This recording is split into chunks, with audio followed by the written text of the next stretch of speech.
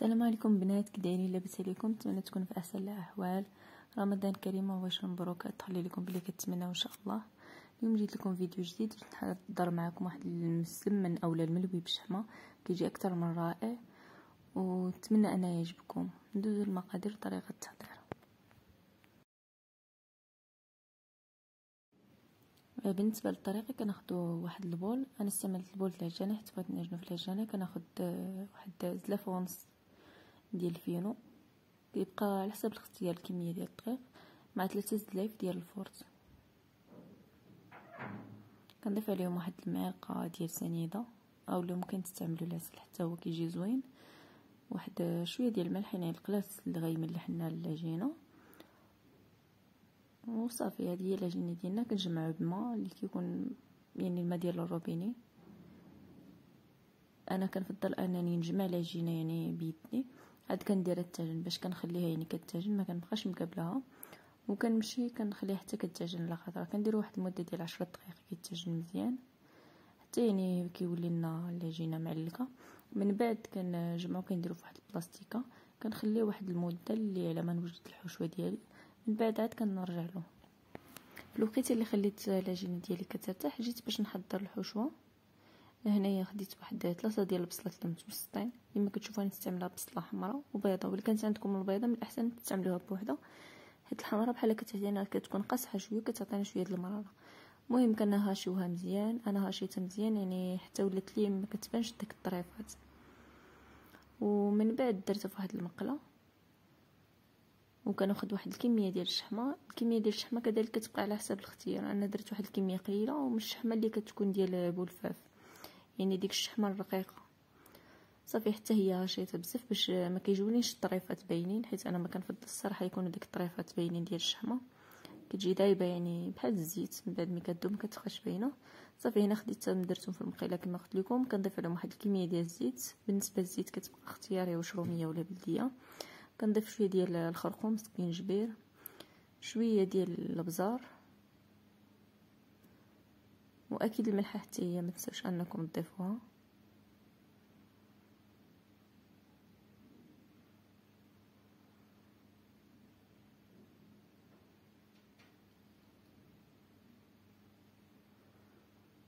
وشويه ديال القزبر يابس، كيبقى اختياري حتى هو. الا كان متوفر عندكم من الاحسن انكم تضيفوه، راه كيعطيو الماكله واحد المذاق زوين. تحميره الملعقه صغيره عامره. صافي هنايا كنخلي الحشوه ديالي كتشحر مزيان.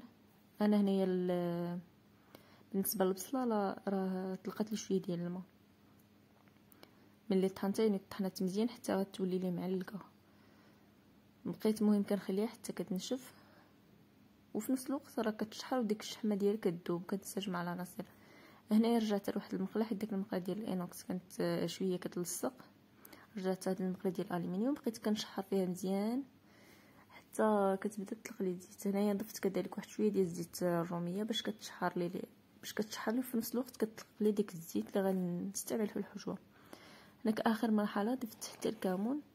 الكمون من الاحسن انكم تخليوه حتى التالي باش كيبقى عاطل المذاق ديالو بالنسبه للناس اللي كيعجبهم الكمون. اما الا ما كنتوش كتفضلوه ضيفوا في الاول شويه اولا ما تضيفوش كاع. صافي عاودت شحرت الحشوه ديالي مزيان حتى كتفرخ لي الزيت بوحدو يعني، وكتبقى لي ديك البصيله بوحدها. وفي الاخير كنطفي عليها، عاد كنضيف واحد المعلقه ديال القزبر ومعدنوس، وصافي كنخليها حتى كتبرد مزيان.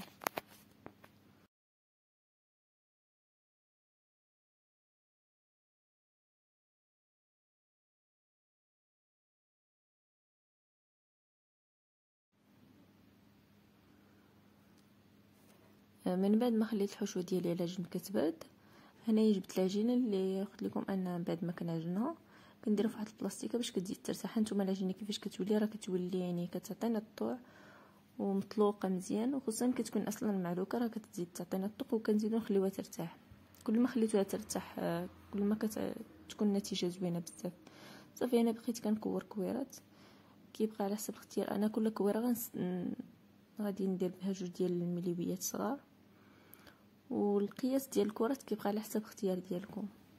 وما تنسوش كذلك انكم من بعد ما نديروا الكويرات ديالنا كنخليوهم يرتاحوا واحد شويه. كل ما خليناهم يرتاحوا غيساعدونا في الطلق، ما غاديش نبقاو حنا كنطلقوا فيهم وما كيرجعوا.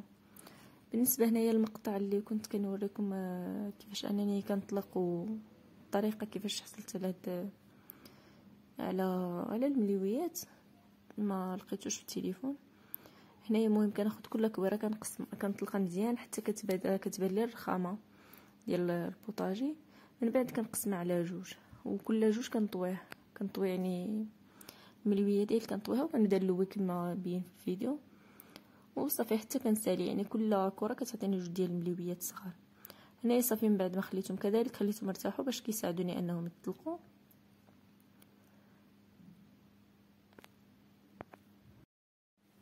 بالنسبه للحشوه نسيت ما قلت لكم ان الحشوه كنديروها في الوسط، يعني ديك الطرف كيكون بحال عندي مستطيل، كندير الحشوه في واحد الجنب كنرجع ليه الجنب الاخر وكنلوي. وهنايا كما قلت لكم راه خليتهم ارتاحوا كنبدا نطلق فيهم على شويه باش هكا كيجوني مليويات صغار. والمقله كنستعمل المقله الثقيله وكنخليها حتى كتسخن وكنبدا نطيب فيهم.